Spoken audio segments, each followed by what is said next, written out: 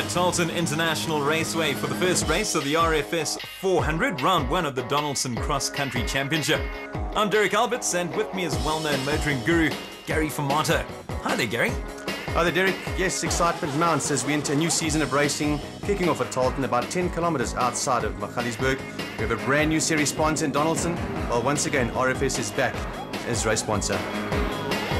Duncan Foss and Rob Howie had a superb 2012, winning the production vehicle category in their Castrol Toyota, but the team expects a far tougher 2013. I think we're going to have a different championship this year. The new car from Ford looks very good. Thomas Rundle is back, and we know that Thomas has got good speed, so it'll be interesting. Gary Bertolt's moving into a new car, so I think the championship's going to be quite wild out there. I think it's going to be a very tough year. You know, coming up here, I was sitting in the car driving for 6 hours thinking how many people could win this race, and it's almost any one of, I think, 10 cars that could win the race and win the championship. It's really, really competitive. The factory teams are good, the privateer teams are also amazing, you know, how much money they put into the sport and just how professional they are. So it's really, I think, going to be a tough race and a tough season.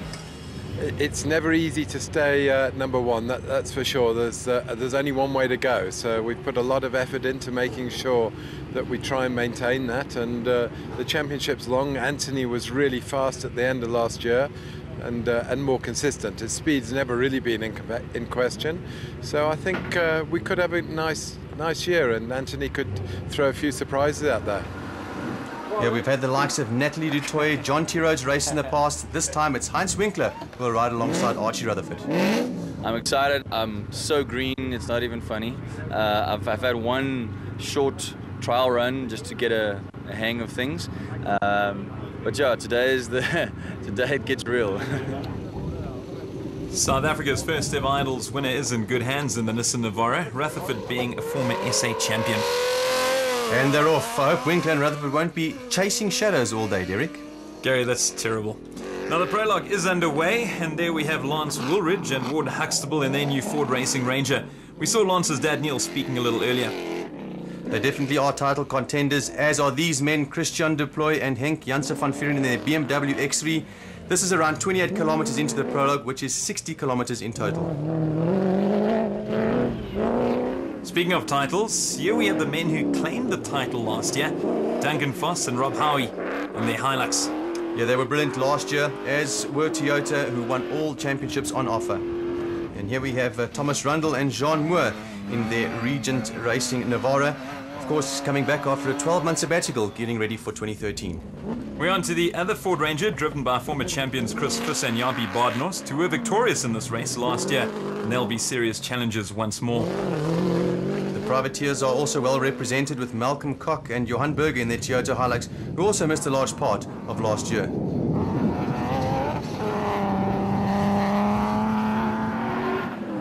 Another Hilux following suit, Gary Berthold and Siegfried Rousseau manoeuvring their way around the tricky course, and doing so with aplomb so far. Certainly is a tricky track, and of course far better to enter the prologue later, so that you have the benefits of front runners opening the route, but there's no hiding from the dust. No, not at all, especially for one Michael Whitehouse, who despite the elements seems to be handling his brand new Nissan really solidly. Here we have the celeb team of Archie Rutherford and Heinz Winkler, the singer experiencing cross-country racing for the first time, and given that they're not lost, he's doing pretty well. And just to give you the top three in the prologue: Lance Woolridge, Ward Huxtable in the Ford Ranger, Christian Deploy and Henk Janssen van Vuren in the BMW X3, Duncan Foss and Rob Howie in the Toyota Hilux.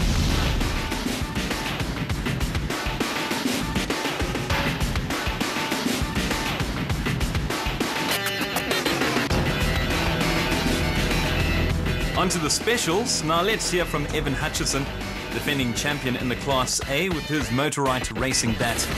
Quite proud to have number one on the door again, and this year we're going to try and defend it better than we have in the past. Never managed to do it 2 years in a row, so that's going to be my major challenge for the year. But there's a lot of good challenges out there, so it's never going to be easy. We're in the process of building ourselves a new car. Should be ready by the following race, maybe the one after that. But yeah, otherwise everything will stay the same. Exciting times ahead for Hutchison and co-driver Danny Stassen, but first, the prologue. Here's the KZN pair of Clint Gibson and Gary Camber, who almost didn't make the race after experiencing trouble with their transporter en route to the event. There are no problems for the father and son team of Herman and Vichard Silvalt, racing in their brand new Cobalt Striker. Still another family outfit, the Zeely brothers. They're in their Porter. And the unmistakable image of Ernest Corbett, whose son Mark is also racing. The father and son pair of Nick and Ryan Harper, their motorized Bat Venom moving along very swiftly.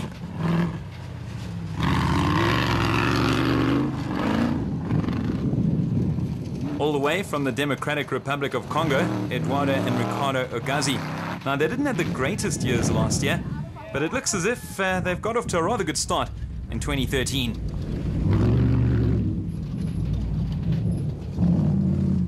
Now, these men are running a brand new motor, Daniel Brooks and Gavin Gray. Things seem to be going smoothly. It certainly does, and having a look at newcomers Philip de Vries and Johan Fullion, with the latter experiencing his first time out as navigator.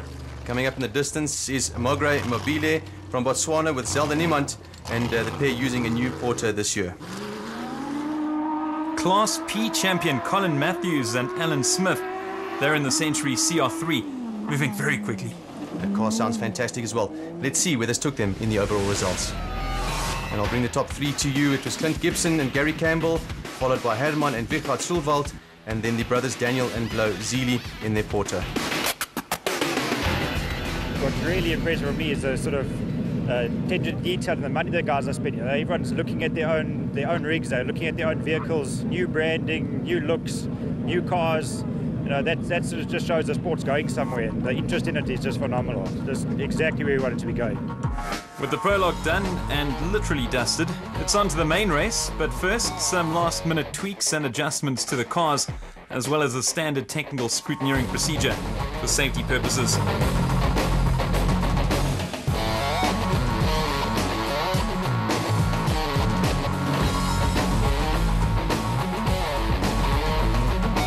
Many eyes on Lance Woolridge, who at 21 is looking to become the youngest driver to win a national championship cross-country race. Of course, he will be doing so in the brand new Ford Ranger. It's an excellent car. We got the new 5-litre V8 Mustang engine.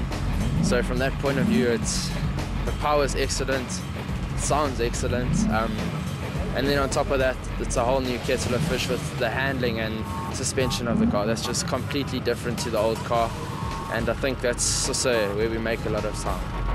Nothing but focus amongst the drivers, particularly from Gibson and Campbell, who will start on pole in the specials. I'm going to race my race, I'm going to race the specials, but yes, if they hold me up, yeah, we'll push them. The weather conditions look promising for us. It's quite a lot of wind blowing, so hopefully not too many delays. If we can just maintain today, it'll be a great start, and if we can just keep the momentum and hopefully just keep the points obviously building, maybe we'll hopefully get a podium or even a number one at the end of the year. The Tarleton International Raceway crosses a large area of farmland, with the race made up of extremely rocky terrain. The course is 160 kilometers long, which the drivers will have to complete twice, with the DSP sandwiched in between. Excitement mounts as we look at that track. We'll be back after the break with some more Donaldson cross-country action.